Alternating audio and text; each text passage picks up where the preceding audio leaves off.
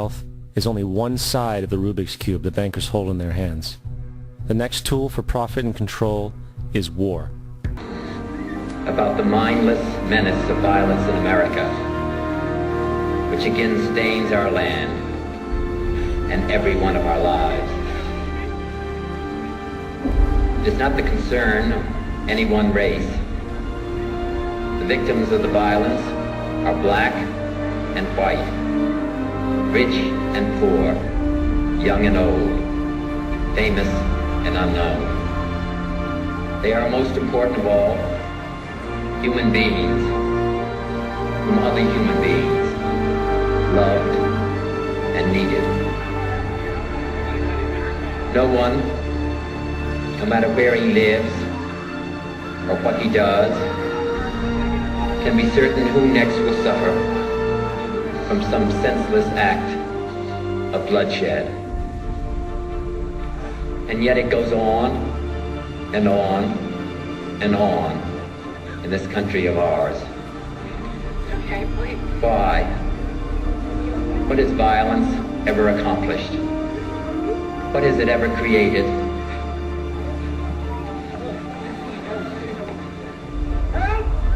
Whenever any American's life is taken by another American unnecessarily, whether it is done in the name of the law or in defiance of the law, by one man or by a gang, in cold blood or in passion, in an attack of violence or in response to violence, whenever we tear at the fabric of our lives, which another man has painfully and clumsily woven for himself and his children, whenever we do this, then the whole nation is degraded. Yet we seemingly tolerate a rising level of violence that ignores our common humanity and our claims to civilization alike. Too often we honor swagger and bluster and the wielders of force. Too often we excuse those who are willing to build their own lives on the shattered dreams of other human beings. But this much is clear. Violence breeds violence. Repression breeds retaliation. And only a cleansing of our whole society can remove this sickness from our souls.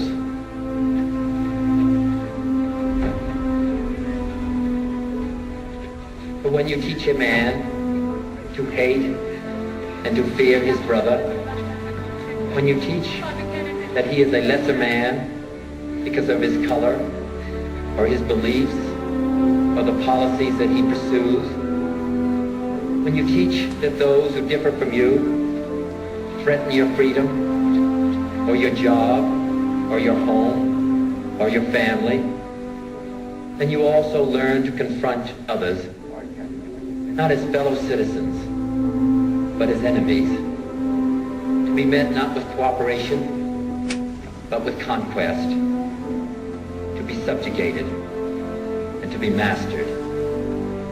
We learn at the last to look at our brothers as aliens, alien men with whom we share a city, but not a community, men bound to us in common dwelling, but not in a common effort. We learn to share only a common fear, only a common desire to retreat from each other, only a common impulse to meet disagreement with force. Our lives on this planet are too short. The work to be done is too great to let this spirit flourish any longer in this land of ours.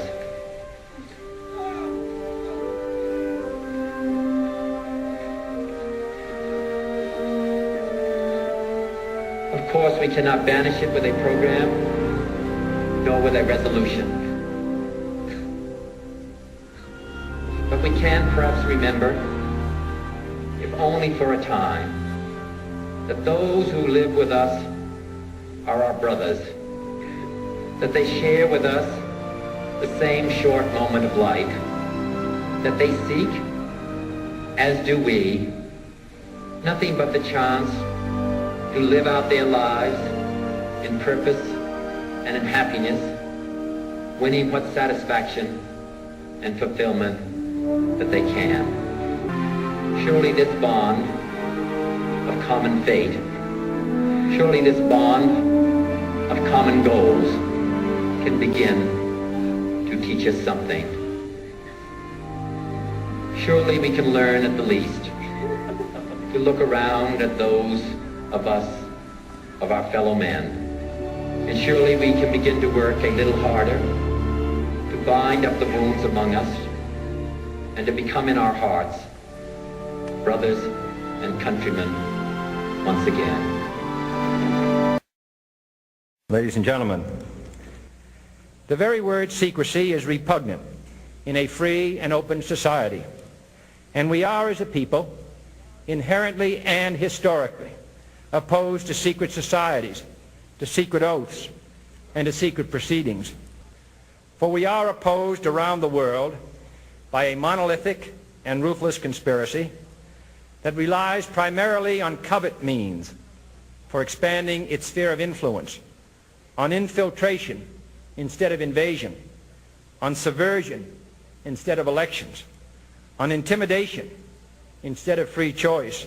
It is a system which has conscripted vast human and material resources into the building of a tightly knit, highly efficient machine that combines military, diplomatic, intelligence, economic, scientific, and political operations. Its preparations are concealed, not published. Its mistakes are buried, not headlined. Its dissenters are silenced, not praised. No expenditure is questioned, no secret is revealed. That is why the Athenian lawmaker Solon decreed it a crime for any citizen to shrink from controversy. I am asking your help in the tremendous task of informing and alerting the American people, confident that with your help, man will be what he was born to be, free and independent.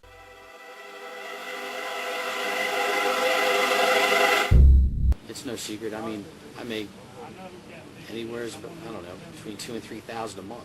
A Halliburton employee out here driving a bus can make all between $8,000 and $10,000 a month. Explain that one to me. For 40 hours a week, driving the same 2.5-mile route. Go figure. Where's the justification in that?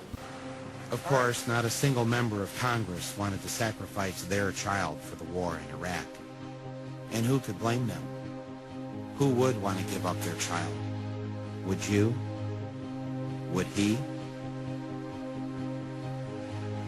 I've always been amazed that the very people forced to live in the worst parts of town, go to the worst schools, and who have it the hardest, are always the first to step up to defend that very system. They serve so that we don't have to. They offer to give up their lives so that we can be free. It is, remarkably, their gift to us. And all they ask for in return is that we never send them into harm's way unless it's absolutely necessary. Will they ever trust us again? He had used weapons. We know where they are. They're in the area around Tikrit and Baghdad and east, west, south, and north. There is a tie between Iraq and what happened on 9/11. The struggle can only end with their complete and permanent destruction. We wage a war to save civilization itself. We did not seek it, but we will fight it, and we will prevail. George Orwell once wrote that it's not a matter of whether the war is not real or if it is. Victory is not possible. The war is not meant to be won. It is meant to be continuous. A hierarchical society is only